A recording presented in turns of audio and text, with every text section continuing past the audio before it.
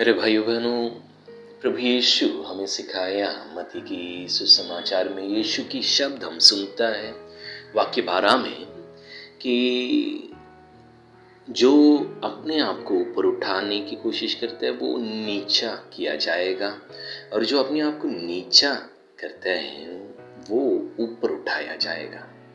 प्रभु यीशु हमें दुनिया को चलाने वाला प्रभु की कानून की पहचान करा रहा है।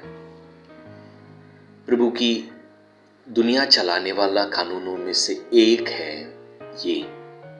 ये लाजम ऐसे ही होता है। जो अपने आप को ऊपर उठाने की कोशिश करते हैं वो नीचा किया जाता है। मेरे भाइयों बहनों, ये अक्सर विनम्रता के बारे में, नम्रता जब हम सोचता हैं, हमें ऐसा लगता है कि ये एक मनोभाव के बारे में यीशु हमें बता रहा है। पर सिर्फ एक मनोभाव हमारे दिल में ऐसा लगने का एक मनोभाव के बारे में नहीं है। ये मेरे भाइयों बहनों, ये एक कर्म है जो हमसे प्रभु मांगा जा रहा है।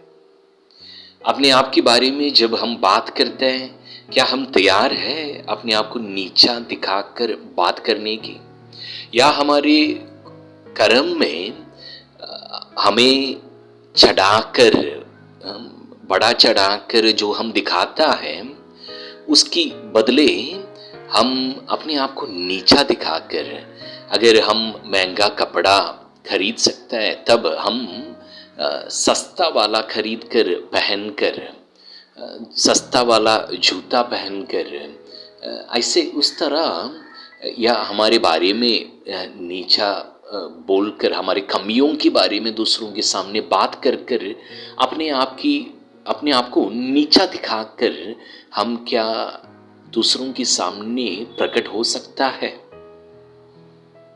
इससे लाभ है, हमें ऐसा एक काम करना है। क्योंकि संत पेत्रुस विनम्रता के बारे में जब सिखा रहा है अध्याय 5 में, पहला पत्र अध्याय 5 के वाक्य 5 और 6 में, तो विनम्रता के कपड़ा ओढ़ने के बारे में कह रहा है। सिर्फ मनोभाव नहीं है, हमें कुछ काम करना है। ये कपड़ा उस जमाने में एप्रन नाम की कपड़ा जो पहनते हैं वो गुलाम लोग, सेवक लोग पहनते थे। तो इस तरह की एक ओवरऑल कपड़ा, एप्रन, उस तरह के कपड़ा पहनने के बारे में संत पेत्रुस यहाँ बता रहा है।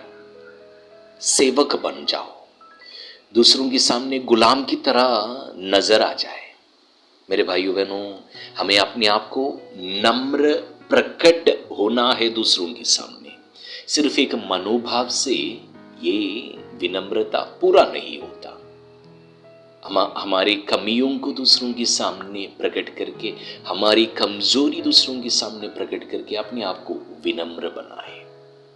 सिर्फ मनोभाव से पूरा नहीं होता।